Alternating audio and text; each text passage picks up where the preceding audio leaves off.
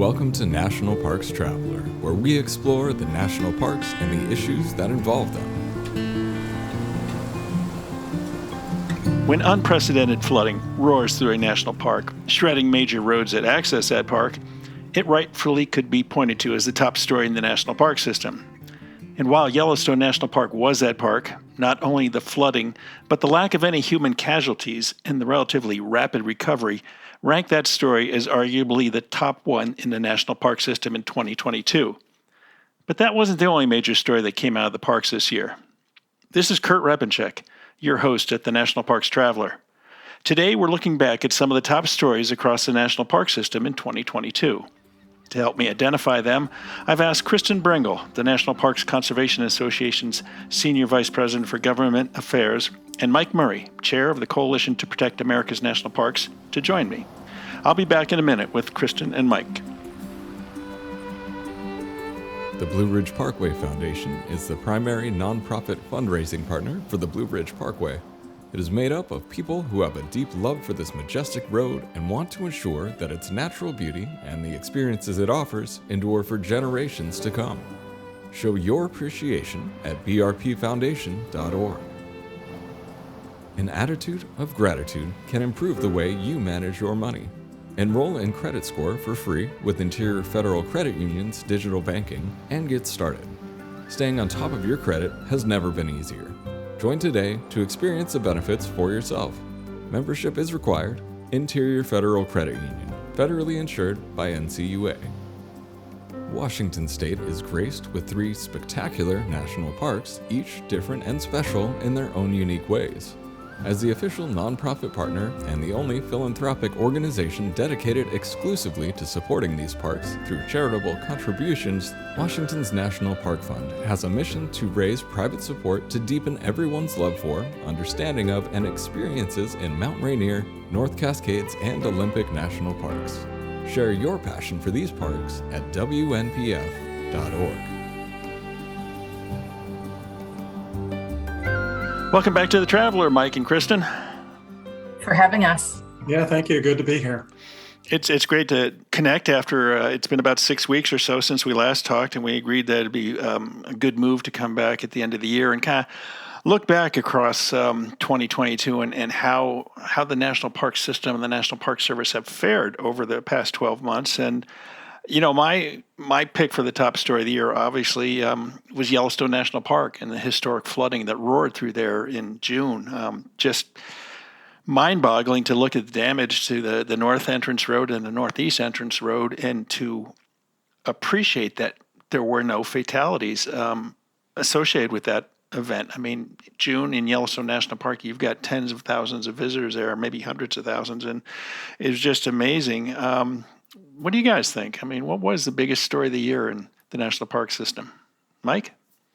You know, Yellowstone flooding is on my list. I was going to broaden the category to extreme events, probably exacerbated by climate change. So in addition to the Yellowstone flooding, and some of these are at parks I worked at. I worked at Yellowstone, houses routinely washing into the surf at Cape Hatteras National Seashore. Sea level rise, shoreline erosion from big storms, contributing to that. I spent 9 years in the Sierra Nevada, 5 in Yosemite, 4 in Sequoia Kings Canyon, out of controlled wildfires, extended drought, giant sequoias dying in unprecedented numbers, at least in terms of history, human knowledge. Sequoias, giant sequoia trees are adapted to live in a narrow elevation range on the west slope of the Sierra Nevada. There's enough snowfall and snowpack to provide the moisture they need, and they're extremely well adapted to wildfire. They have this really, really thick bark at the base. It's often a foot thick, and it doesn't burn normally. But these super hot fires in drought conditions is impacting the survival of the species. I forget what the number is, but it was something like up to 20% of the sequoias were killed or damaged beyond recovery in the summer's fires. And then I'll throw one more, or a couple more in there. The receding reservoirs at Glen Canyon in Lake Mead, there's no obvious solution to that. And then the last I'll throw in, just to have some geographic mix, is Denali Road. Melting permafrost is exacerbating landslides, warmer temperature triggered landslides of the primary road in and out of the park. And I forget the projection, but it's another year and a half or so before they think they can reopen it. So all these things are expensive to fix. They're unplanned events. They impact visitor access. And to me, the big story is impacts of climate change. And yet that seems to escape kind of being top of the mind among park advocates and the public in general as probably the biggest threat to our national park resources and values since 1872. So that for me is the biggest story. I don't know how to wrap it up in a nice, neat little package, but be curious what Kristen has to say. Yeah, and we're gonna unwrap that big package into tiny little packages as we go on. But yeah, Kristen, I'm interested from your perspective. I completely agree with Mike. That is part of the list, right? And there are more tragic circumstances, the hurricanes in the Gulf. There are so many parks that you can add to the list of natural disasters, extreme weather that occurred this year in a pretty dramatic way. How much water can the Everglades absorb till it's completely flooded? Those types of issues as well to put on top of what Mike said. So I think that is the 2022 park story, and everyone should be watching this closely and not being so dismissive of the fact that this is what climate change does to our ecosystems. This is what climate change does to wildlife movement. Are we going to have cultural resources the way that we expect them to be going into the future? And if we know that these changes are just going to continue, like you were pointing out, Mike, Glen Canyon and Lake Mead, what are we going to do to reshape visitation and resource protection in order to kind of adapt and get used to climate change? And one of the things that I've highlighted for the Park Service, and we have an active lawsuit on, is Glen Canyon. If we continue to allow off-road vehicle use as the recreational alternative instead of boat use at Glen Canyon, that is not good for the Park Service. That is not good for the parks of Utah. There have to be places in Utah where you can't take a screaming off-road vehicle, and making Glen Canyon another home base for that activity because climate change is changing the reservoir and making places more accessible. Can we think of other ways to bring people in the park to appreciate the cultural resource or the natural resources? And so I think what one of my fears is it's the convergence, right, of resource protection, climate change, and visitor use. And this is going to be a very pivotal time for the Park Service to think very deeply about how those things are connected to each other and to not make decisions that are going to make the climate situation worse by, like I'm saying at Glen Canyon, adding off-road vehicles into the mix in a bigger way and damaging the resources. And so I think there's so much to consider as we see the climate changing, and it's got to be, we need more planners at the Park Service to really help us think this through. You both raised some very interesting stories that flooded over the national park system this year, not to use a pun, but certainly they are everywhere. And one thing that really exacerbates all this is staffing at the National Park Service. I mean, we had a story a couple of weeks ago about Mount Rainier, and you can't visit Paradise, a very popular area at the mountain there, during the middle of the week because they don't have staff to provide the law enforcement, to provide interpretive tours, to provide snowplow operators. And so they've had to, for the time being at least, and until staffing shows up, they've cut off access to Paradise in winter except for on weekends. There's another park, Fort Stanwix National Monument in upstate New York. They're closed for the winter. I mean, the monument is open, but the visitor center is closed, and the fort itself is closed to the public. I'm trying to find out why that is. Is it due to a lack of visitation, or is it due to a lack of staffing? But across the national park system, there is this problem with not being able to retain staff because they can't be paid enough, or there's no housing for them. That's got to be an incredible problem. I mean, because of all these other issues that you two have addressed require staff. I've noticed on social media channels how much not just the Park Service, but Forest Service and other agencies are advertising jobs right now. It seems like there's a real backlog in many of the public land agencies in terms of getting positions filled. I know from talking to the Bureau of Land Management that they have an incredible amount of unfilled positions right now. We have to think about our federal employees and taking care of them and what it's going to take to provide them an affordable salary, and then also make sure they can actually afford to live in places. And I think as a country, we actually have to rethink that in a lot of places, because some places, including in Utah, where you are, Kurt, they're pricing people out completely of housing. So how are you going to have people working in restaurants and all sorts of locations, in addition to the Park Service staff and everything like that, when, as I think Denny Galvin on our board said, if your rent is 40% of your salary, it just creates a very difficult position for you and your family. I agree. This is a key challenge. I think it's also complicated by record visitation, at least during peak season at a number of parks. So it seems like people are referring to that as overcrowding. A handful of parks are working on visitor use management plans right now to try to better deal with overcrowding.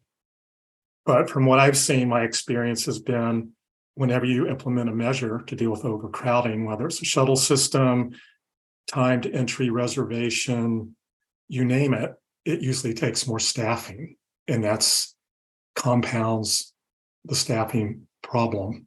So Mount Rainier not being able to keep Paradise open on weekdays in the winter, not related to overcrowding, but I think it's a strong reflection of the fundamental challenge of it boils down to budget for operations. I'm saying this from memory, so I hope I get this accurately. A few years ago, I know in some of our advocacy information, we had identified that between fiscal year 2009 and 2019, the Park Service in the Green Book, so based on the total full-time equivalents, FTEs, which translates into staff, had lost 3,500 full-time equivalents, or it's not exactly a position. So a 4-month seasonal, it would take 3 of those to equal 12 months, which equals 1 full-time equivalent, or year-round employee. So that's significant. 3,500 positions, that could be double that in terms of seasonals, and that's a shortfall that occurred over a decade, but now it's exacerbated by overcrowding, record visitation. Again, it's typically in peak season months, but not always. Sometimes it's the shoulder seasons. And I can tell you operationally, when you don't have enough money to hire the staff, you start to cut back on seasonals. You start to shorten their season. It's one of the few very bad flexibilities that you have budget-wise, because it would be an adverse action to take a permanent full-time employee and cut their time back. You have to go through much more complicated personnel procedures to do that versus, reducing the length of season for all your seasonals in order to save enough money to pay for them to be there during the key peak season months. So Kristen, I'm wondering, we saw this huge lobbying effort in recent years to get the Great American Outdoors Act funded, with a large portion of that going to deferred maintenance backlog across the park system. Do we need something similar for Park Service staff to be able to hire more staff and to pay them a livable wage? The livable wage issue is something that we need to work on with the federal government and the Office of Management and Budget. It's an issue with so many places, and it needs to be figured out on the federal level. In terms of the staffing issue, we've made progress over the years with incremental increases. They haven't been big enough to make up for the staff that Mike talked about.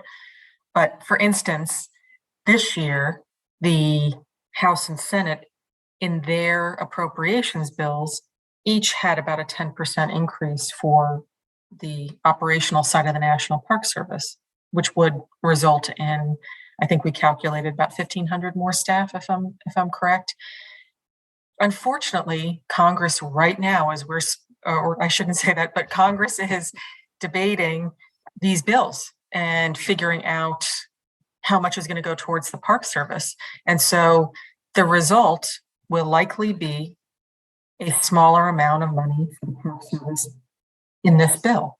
And so the problem is, we NPCA and the retirees, we work very hard to try to get the appropriators help to fund the Park Service better and to staff the Park Service better. They get it. We can see it in their bills. But what ends up happening is when the bills start to get negotiated by leadership, they chop the numbers down, and we never get that 10% increase that the appropriators fought for during the process. And so it does beg the question, Kurt, do we need to work on these bills that are outside of the appropriations process to get big boosts? And we did get that with the Inflation Reduction Act this year. Senator Manchin fought to keep $500 million in that bill for park personnel. And Park Service it was such an unexpected gift to the Park Service this year that they weren't prepared for that money. So they're working on a policy right now on how to spend that money over the next 10 years. But that might be the wave of the future, that for how we lobby on this is to try to insert park personnel money in these big bills that are, have billions of dollars in them, and try to do a carve out for the Park Service. But we were happy to get the $500 million in the Inflation Reduction Act this year, and really thank Senator Manchin for keeping the faith and making sure it stayed in there in the final negotiations. But we talk about it often at NPCA. What do we need? How do we need to rearrange how we're lobbying on Capitol Hill to maximize these funding sources for the Park Service? Yeah, it's a never-ending problem. We're talking today with Mike Murray, the chair of the Coalition to Protect America's National Parks, and Kristen Brengel, senior vice president for government affairs at National Parks Conservation Associations, about the top stories in the national park system this past year. We'll be right back after a short break. Listener and reader support make National Parks Traveler possible every day of the year. If you enjoy the Traveler's content, please consider a donation via nationalparkstraveler.org. The Everglades Foundation, the only organization whose sole mission is to restore and protect America's Everglades. Learn more at evergladesfoundation.org. The Yosemite Conservancy helps visitors connect with Yosemite through adventures, volunteering, and the arts. It's the only nonprofit dedicated to supporting Yosemite National Park and funds grants to improve trails, restore habitat, protect wildlife, and inspire the next generation of nature lovers. Learn more at yosemite.org. Full of stunning photography and thought-provoking reads, Smokey's Life is a biannual magazine produced by Great Smoky Mountains Association. Members receive it free of charge each spring and fall, and it is available for purchase in retail stores throughout Great Smoky Mountains National Park and online at smokeysinformation.org. We're back now with Kristen from NPCA and Mike from the Coalition to Protect America's National Park. Mike, you wanted to add something to what Kristen was just talking about with personnel funding? Right. I think she made an interesting point. I kind of agree with her that rather than being able to directly get significant increases in appropriations, annual budget for operations, it seems like money in a separate avenue of a bill such as the Inflation Reduction Act may be a more effective way to go. I worked for the Park Service from 1978 to 2012. And I've been trying to remember, when was the last time that the Park Service had a budget as of October 1st?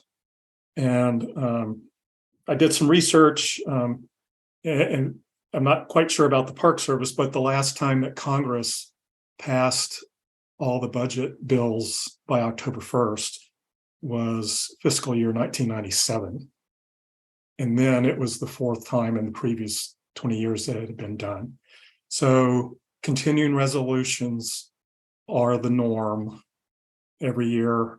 I know I fool myself into thinking it's going to happen this year. They're just going to pass the budget, but that's not how it works anymore. And so what are the impacts of continuing resolutions? I know from an operations level, you have to drop what you're doing and spend time preparing for a shutdown, whether it occurs or not.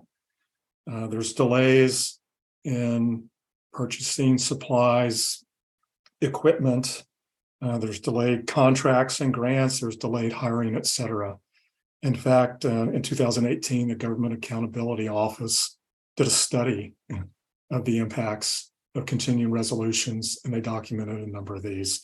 I just find that interesting. An organization like NPCA or the Coalition or National Parks Traveler or any major industry could not survive if they operated like this, entering your new operating year or fiscal year, however you want to word it, without knowing what your budget is. And yet that's routinely done for the government. I don't know the solution, but I think that's another compounding effect to all these other things we've already talked about, but they all end up affecting employee morale. There's less security. There's fewer seasonal or permanent hires. The goal for most seasonal employees is to become permanent. And so there's more uncertainty about that. And, we know that the Park Service has been mired in the lower 10% of the best places to work in the federal government. In other words, they're in the worst end of the stick there. So it's a complicated issue. I don't know the easy solution. Mike, you mentioned that the best places to work in federal government study, and Traveler reports on that every year when it comes out. And the most recent study, the bulk of the Park Service staff does not believe the National Park Service is meeting its mission. And I'm just curious, Director Sams came on board saying that his number one priority was to improve staff morale.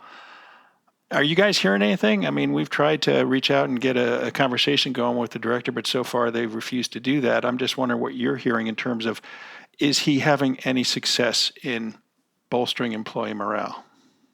Well, I think you even have to go back a little bit farther to the 2018 Voices report, I think it was called.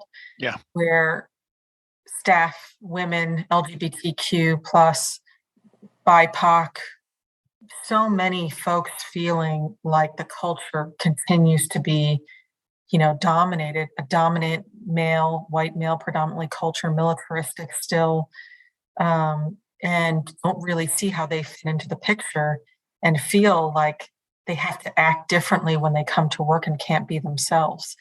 And, when you read these reports, they're heartbreaking that, here we are, trying to diversify the park system and update interpretation and tell the stories better.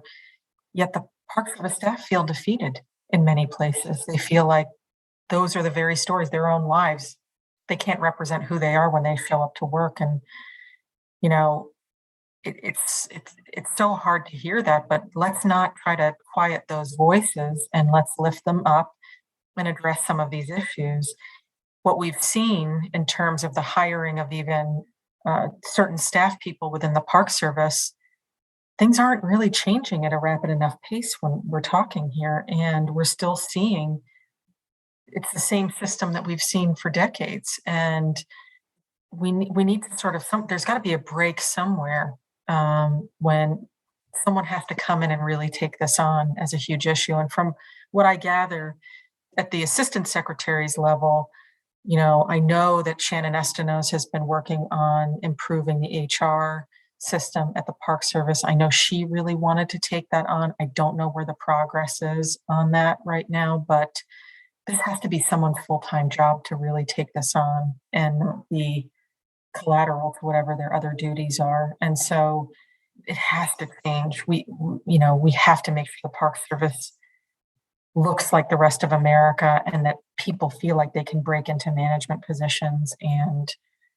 higher level positions within the agency. But visibly, as I travel through parks, as I meet with people in Washington, D.C., you don't see a lot of change. Mike, what's your perspective on that? I completely agree with what Kristen has said. I'd like to point out a couple things. One, there's a different rating system of, I don't know the exact title, but it's the most respected federal agencies. So the public's perception, and it's not broken down by individual agencies. So for the Department of Interior is consistently rated one of the most respected federal agencies. And, with my background, I tend to want to give credit, at least some of the credit for that, to the Park Service. So my perspective is Park Service has among the most dedicated employees, and yet they also feel like they aren't well supported by their agency. Something that hasn't gotten much attention, but there is a special COVID hiring authority. So a number of people are hired for longer term jobs without any benefits and no hope of converting to a permanent position. And I've heard mixed reviews. It was a good thing because it enabled some quick hiring, but it was almost like those employees were disposable too. They could be let go at any time, and they had no benefits that you'd normally have as a longer term or permanent employee. I think I've spent the last few months talking to a number of current employees. Most are in the first 10 years of their career. One individual is an upper management position who came in from the outside the agency, and asked them about the morale issue. And I think they all realize it's complicated. You can't just snap your fingers and get more staffing and more budget, more housing, and all the things that kind of the structural things that impact morale. But there's also a cultural problem. It's hard to put a finger on, but a handful of the younger employees said, they occasionally hear lip service from upper management of, we're going to address the morale issue, but they feel like they never see any results. And these individuals that I talk to are very realistic. They don't expect it to change overnight. They just want to see a little bit of steady progress and follow through. So they don't even have confidence that senior leadership is willing, to put their words into action. Spoke to a higher level person who came in from the outside, and this individual's based in the headquarters office in Washington, and his experience was there's just poor communication from upper management to the field, and this is a broad brush, one person's perspective, and I'm reporting it secondhand, but he felt, and he was at a high level, that employees don't feel like they're being heard. He said from the upper management point of view, he thinks that they think they understand the problem and are overwhelmed with work and politics and all that stuff and trying to deal with it, but they aren't communicating so that lower level employees, the ones who do most of the public contact work for the Park Service, so that they feel like they're being heard. So it's not an easy thing to fix. I would say I have a little bit of reason for hope. I went to the Ranger Rendezvous back in October, and a fairly new, the Associate Director for Workforce Diversity and Inclusion, a woman named Rita Moss, was there. She's coming over from Department of Homeland Security, I believe. And I don't know what parallels in hiring and personnel and diversity, et cetera, that they may have with the Park Service. But she shared her proposed work plan. And so she's aware of all these issues and concerns, from it takes a long time to hire somebody, even if you have the money, to there's housing problems, diversity and inclusion problems. So she has what strikes me as a work plan that sounds good. The question that comes up is, can she get it done? Well, upper management, director's office, et cetera, support the effort it takes to get it done. The last thing I'll say is recently read a case study that NASA and the Government Accountability Office, of all places, have the two best diversity and inclusion programs in federal government. And so in reading an article, trying to figure out what system do they have, what traits do they have, how do they do that, they make it a priority. That sounds kind of obvious, but the Park Service a lot of times will say, yeah, we're going to do this. They've incorporated it into their mission, maybe not their legislatively declared mission, but they treat it as a mission objective to improve diversity and inclusion in their agency, and they're doing it. And their employees believe it's important to management because management says it's important, and then they do something about it. So, that's a lot of stuff, but I think there's reason for hope, that there's a good plan, I think, to address at the organizational level some of these things, but there needs to be a higher priority from upper management to support it and make it part of their mission. Interesting. We're talking today with Mike Murray, the chair of the Coalition to Protect America's National Parks, and Kristen Brengel, senior VP for the National Parks Conservation Association in the government affairs realm. We're going to take a short break and we'll be right back. Acadia National Park is one of the 10 most popular national parks in the United States. It's also one of the smallest and most vulnerable.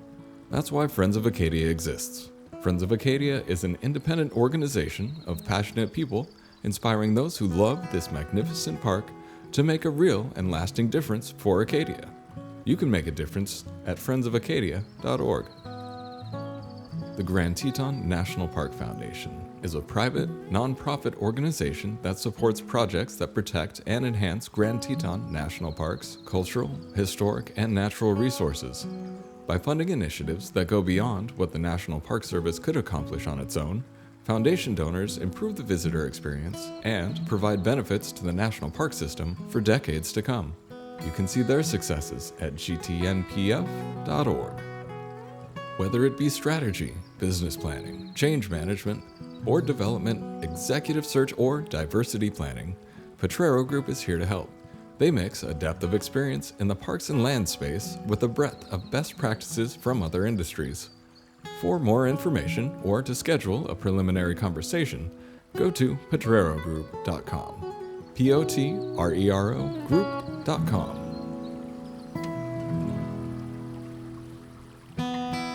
Okay, we're back with Mike and Kristen. One of the things that you both mentioned early on was climate change and its impacts on the national park system, and it's pretty close to 100% of the park system is impacted in some way by climate change, whether it's sea level rise or wildfires or drought or invasive species that climate has made more suitable for places where they previously weren't suitable. I've heard that there is work inside the Park Service to kind of develop strategies, and I believe the first one they're working on revolves around coastal parks, and I'm trying to get more information on that, but I haven't yet. Have you guys heard anything about that, about the Park Service trying to be more proactive and come up with strategies, whether it's sea level rise or whether it's wildfires? Yes, there's definitely an effort to conduct more research and then do more planning on climate change. The coastal issue came up, and you'll remember, Kurt, there was a report, I think even it came out during the Trump administration, on storm surges and where the parks that would be the most susceptible to storm surges. And I actually expected the Outer Banks to be very, very, the top of the list, but it was actually the tidal basin in Washington, D.C. And there are so many different factors that go into how to determine storm surges, sea level rise, all of these things. But, with 88 national park system units that are considered coastal, I think that also includes some of the seashores and the Great Lakes. This is a problem that is presenting itself very clearly to all of us as we see hurricane season is a problem every year. It's not just occasionally. We're constantly seeing problems because of different seasonal behavior, weather behavior. So it doesn't surprise me that the Park Service is looking at the coastal areas first, but we all know the Colorado River is in such bad condition right now, and there's so much talk back here in DC about the drought and how are we going to get out in front of it. And what makes me sad is that they keep building the piers at Glen Canyon and Lake Mead further out so that The boat ramps. So that folks can access the water. But I mean, that just seems like a futile effort after a while, and just sinking money into a lost cause. And so we have to start sorting through what this means. And I think another publication did a story about the Colorado River and really talked about, from the Rocky Mountains down to Grand Canyon, some of the effects of the drought conditions and how they're going to affect the different national parks. And so, this is a problem for so many beloved places. And we know the Park Service is trying to wrap its head around it. We know other federal agencies are trying to wrap their heads around some of these problems, but I'm worried a little bit, Kurt, that especially you mentioned invasives, these are going to kill off so many species, so quickly that we're just not getting out in front of it. And certainly Congress isn't funding invasives very well. So some of these problems are really not being addressed very well at all through the budgets of the Park Service and the other agencies. And so something dramatic has to happen. And what we're hoping to do is, now that the Park Service has some money to do restoration and resilience work, we were able to get about another $500 million for the Park Service and BLM for that climate work on the ground. That's not a lot of money. We know that from the Great Outdoors bill, that $500 million isn't going to go very far. But I think what we need to demonstrate is make sure the Park Service uses it in some places and on different climate-related issues, and then really talk up these programs and these projects so that Congress sees that they have to continue to put money in them. But when you think about the amount of money that we've lobbied, Kurt, whether it's Great Outdoors money, climate money, disaster money, infrastructure money, and you look at how much we've been able to get outside of the Park Service budget, it's almost equal to the same amount as the entire Park Service budget. And so clearly the Park Service budget is not where it needs to be to address all these existential and other crises that they're having. And so it's just sad at this point that we're not able to really address the climate issue in particular in a really aggressive way with the Park Service. We're going to be able to potentially do it in some places, but not everywhere. And I think, circling back around to your coastal comment, you got to start somewhere. Well, Mike, your last posting with the Park Service was at Cape Hatteras. Sea level rise, more potent storms. I mean, is Cape Hatteras going to exist in 20 to 30 years? And before you answer that question, you can kind of tie it into what the Park Service is doing at Glen Canyon and Lake Mead and continually expanding the boat ramps. I mean, how much money do you throw away by doing that? And at Cape Hatteras, is the Park Service going to turn to beach nourishment to try and, prevent the inevitable? Yeah, it's a good question. In the Outer Banks, at least in the Dare County sides, everything but Ocracoke Island at Cape Hatteras, Dare County has a funding mechanism for beach nourishment.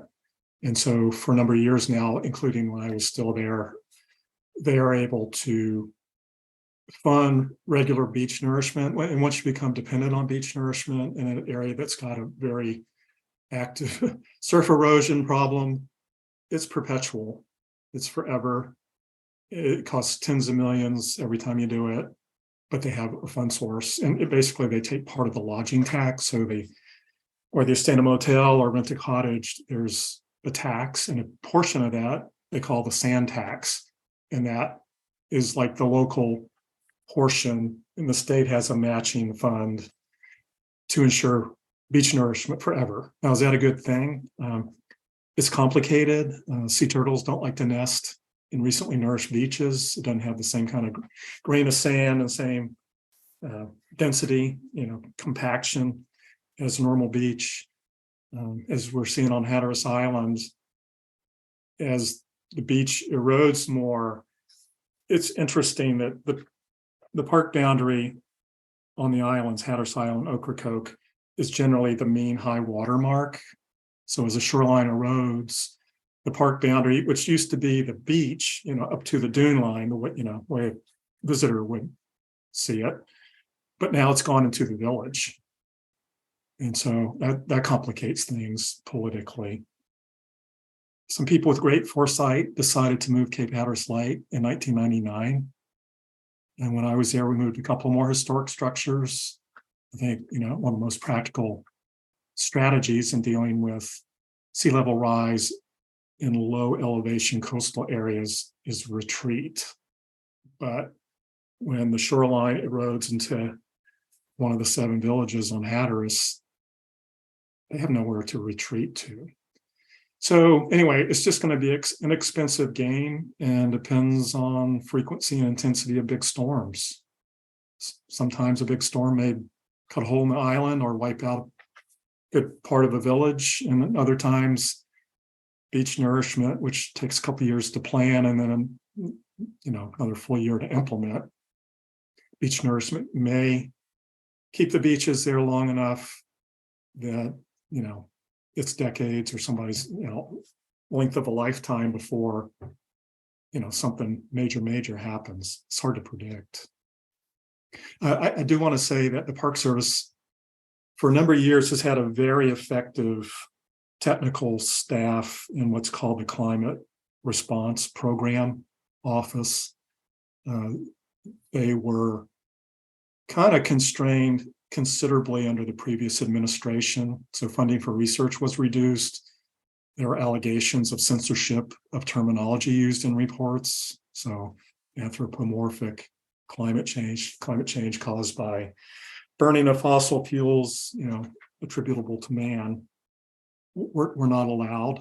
And so we've done some inquiry through some of our connections.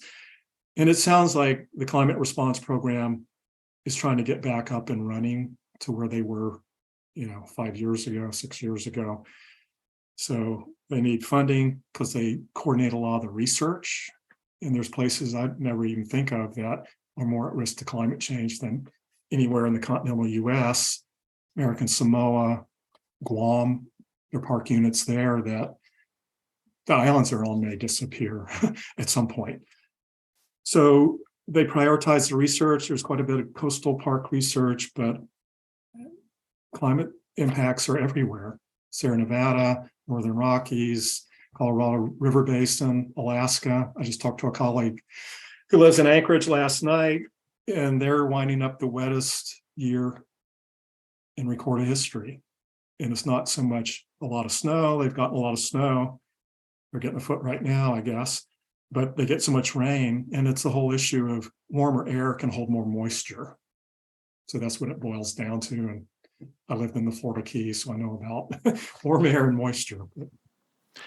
Yeah, before we wrap this up, and there have been some positive stories across the park system this past year. The Traveler did almost a year-long project on invasive species across the park system, and there are some successes. I mean, down at Everglades National Park with the Melaleuca, they're removing a lot of that, and Brazilian pepper, they're having success there. They're trying to keep an eye on tegus, invasive lizard that come up from South America. Haven't gotten an update yet on the progress there. Just towards the end of this year, Interior was able to appropriate $14 million to Hawaii, and that money will be used to help protect the endemic forest birds up in Haleakala National Park, as well as some other places on the island of Maui, by combating the mosquitoes there. And they're going to try and infect, I guess, or insert male mosquitoes with a certain bacteria that when they breed with the female mosquito, the female will continue to lay eggs, but they won't hatch. And so those mosquitoes carry avian malaria that is fatal to the endemic honey creeper species in the park there. And if that's successful, they're going to take that program over to the Big Island and try and protect the birds there as well.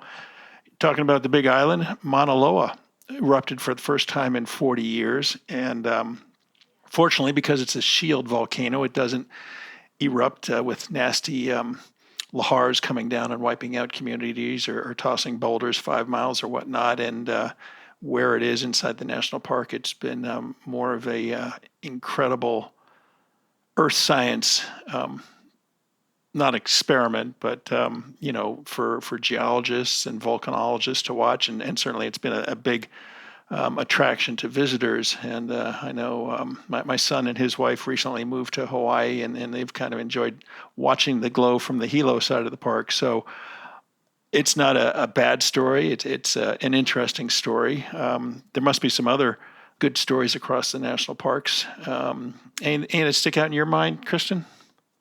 Yeah, I think something that we're really proud of is to see the restart of the grizzly bear reintroduction at North Cascades. Fingers crossed. Fingers crossed, but it's wonderful to be back in the business of thinking about ecosystem-wide issues and how you can do predator introduction and really just sort of think through some of the challenges like bison and Yellowstone, and really talk about connectivity, talk about how do we ensure that some of these creatures can continue to thrive, whether it's in the lower 48 or some of the other states. These stories are fabulous in terms of the Park Service really thinking through these ecosystem related issues, invasives, reintroductions. And I think there were some really nice recovery stories as well that came out this year. And so it's good to feel like we're making progress. It's good to work with an administration that's putting scientists on the ground to work on these issues and to care about the results. I've been happy to see some policies come out of the other land management agencies on wildlife connectivity. And I think there's just a real opportunity here with this administration, with the influx of money from the various bills that have passed from infrastructure to the Inflation Reduction Act. These policies can be put to work right now. And the ideas that some Park Service staff have had about species protection and whether it's getting rid of invasive species or just thinking through some of these ecosystem level issues, it's good to see more focus on this. And I think it's a great story for this year. And when you couple it with seeing more Great American Outdoors Act projects coming to fruition and shovels in the ground on those, it's nice to finally see again some really proactive resource protection along with some really proactive visitor experience improvements. And this is what we needed for the Park Service right now. And as people were spilling into parks over the COVID time period, I think really teaching everyone that resource protection and visitor experience, we need to make sure these are happening simultaneously so that everyone can have the best possible experience in our parks. And so I think we're making progress, Kurt. I really do. I think there are a lot of positive programs in place. Part of me thinks science is critical to figuring out how to respond to climate change and loss of species diversity, loss of habitat, et cetera, et cetera. On the other hand, science can't fix everything, but it is a key to addressing these concerns. For me personally, and this is not a new thing that happened this year, but it's like the culmination of nearly 25, 30 years is just sort of the status of wolf reintroduction at Yellowstone. I worked at the park when wolves were reintroduced. And they have a number of packs. They've ranged outside the park surrounded by 3 states. So it's possible. And to me, it gives hope that through diligence, good science, and a key element of what happened at Yellowstone is public education. So the public understands and supports what's being done are keys to success. And that's possible, whether it's protecting endangered species from exotic species or whatever the project may be. And to add a layer to that, I was just trying to look up at Big Thicket. We've been working on longleaf pine restoration, and I wanted to see if I could find the number. And we have worked with the Park Service to plant 200,000 longleaf pine in the last decade.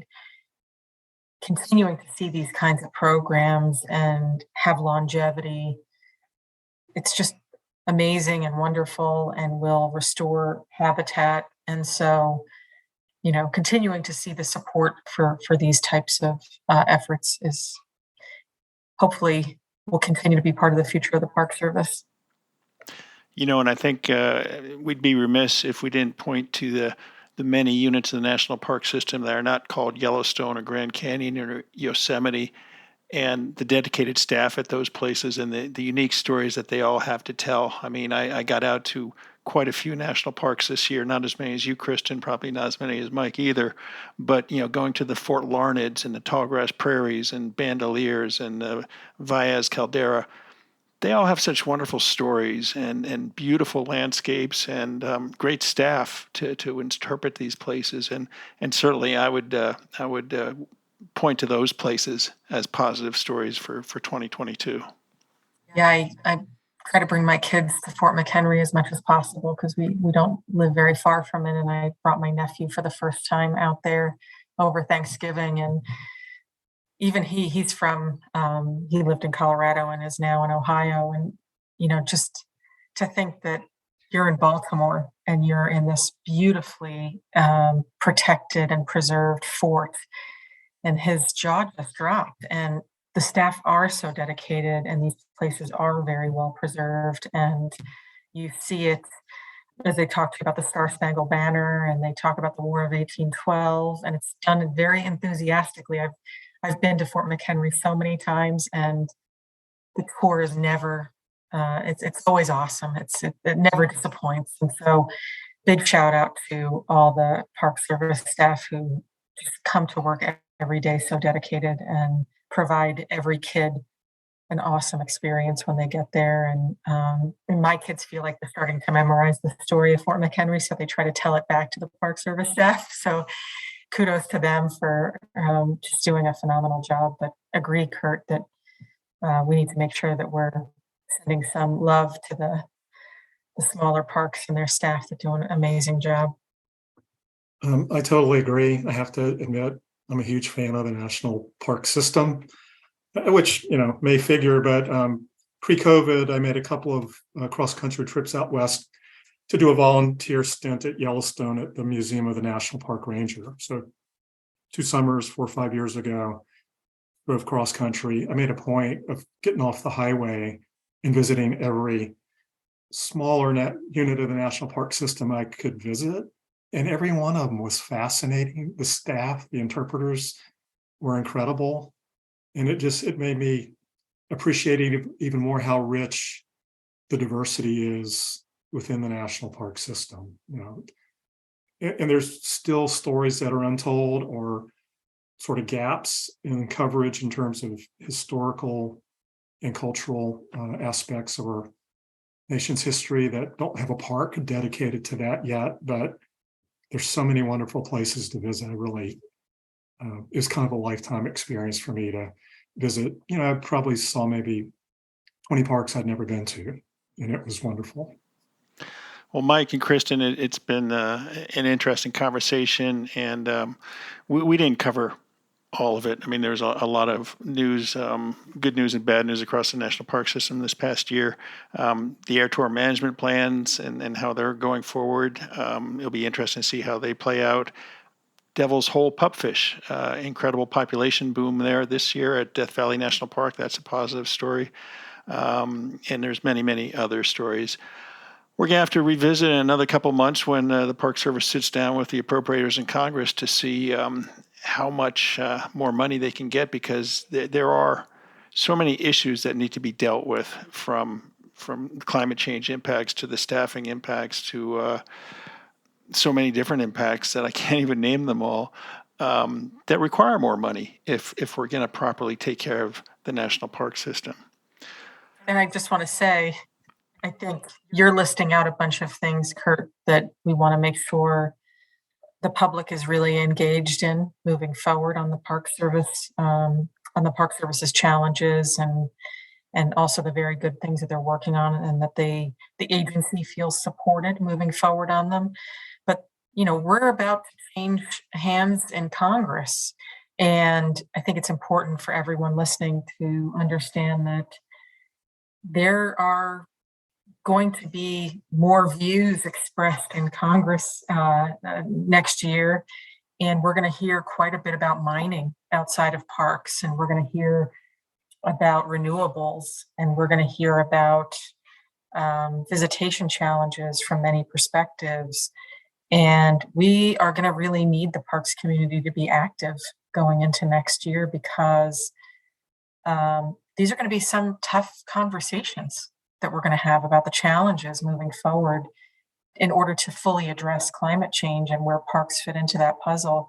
And I really hope folks are making sure they're signing up for the coalition's newsletters and NPCA's action alerts and the travelers updates, because it's going to be a hot year next year, and we're going to need as much engagement as possible from park advocates. So stay tuned and make sure you're paying attention to all three of our organizations, because it could be a great year of debate, or it could really turn into something that could be problematic for the park. So we hope everyone stays engaged. I'm kind of concerned that it's going to be one big stalemate because of I think we're having all these debates, right, about the future growth of our country and batteries and changing the energy grid, things of that nature, and that requires mining. And where do we do it, and where is it safe to do, and how close are we going to let this happen to our national parks? And so, in order to have a full debate, Kurt, which is going to happen regardless of whether they pass legislation, we still need to be part of that debate as it goes on in Congress in this upcoming year.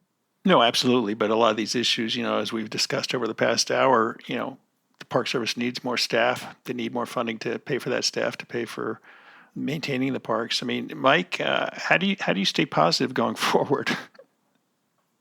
I think, having worked for the agency for so long, I am pretty much pragmatic about it, not overly idealistic. I realize there's limited budgets, there's politics, there's differences of opinions among the congressional representatives, et cetera, as to how parks should be run.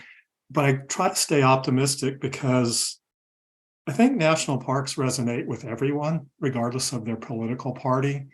And so some of the best legislation, I think, in my career span, was often bipartisan, but for some greater purpose. So if think of the Great America Outdoors Act or something like that. That occurred in the previous administration and had bipartisan support, and it's doing great things. So I think sometimes there's the chance of something great happening, even though there's generally strong differences of opinion on, unfortunately, sort of the day-to-day nuts and bolts things like operating staff and how do you deal with too many people, et cetera. But anyway, I'd like to end the year on an optimistic note that we may be surprised with whatever comes out of the next Congress. I hope you're right, Mike. It's going to be an interesting process to watch. Kristen, Mike, thanks so much for joining me today. And we will have to get back together in another few months to see if there's more clarity on how Congress is going to treat the National Park Service and the park system going forward. Thanks, Kurt. Happy holidays, everyone. Yeah, same to you all. That's our show for this week. We hope you enjoyed it. The past year was an amazing one across the national park system for so many different reasons. There was tragedy and exhilaration, deterioration and resiliency, and always discovery and adventure. I'd personally like to thank all the National Park Service staff who worked with me and all the writers and broadcasters on assignment for The Traveler the past 12 months. You made our jobs so much easier. And I'd also like to thank all the listeners who downloaded each week's episode, ready to explore some facet of the parks, whether it had to do with management, challenges, or discovery. Looking ahead to 2023, here's hoping you find your escape into the parks amazing and perhaps even a little life-changing. For The Traveler, this is Kurt Repenchek. See you in the parks.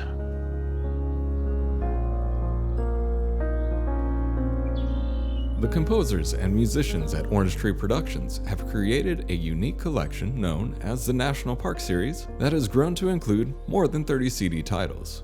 Composed against the backdrop of a park's sounds of nature, these musical scores will connect you with these beautiful places and take you there, at least in your mind. This collection is the #1 selling National Park audio series in the world and provides the background music for National Parks Travelers podcasts. Visit them at orangetreeproductions.com. Editing and production work for the National Parks Traveler podcast is done by Splitbeard Productions. You can learn more about us at splitbeardproductions.com. National Parks Traveler is a 501c3 nonprofit media organization that provides daily editorial coverage of national parks and protected areas. Traveler's coverage is made possible by reader and listener donations. Visit us at nationalparkstraveler.org.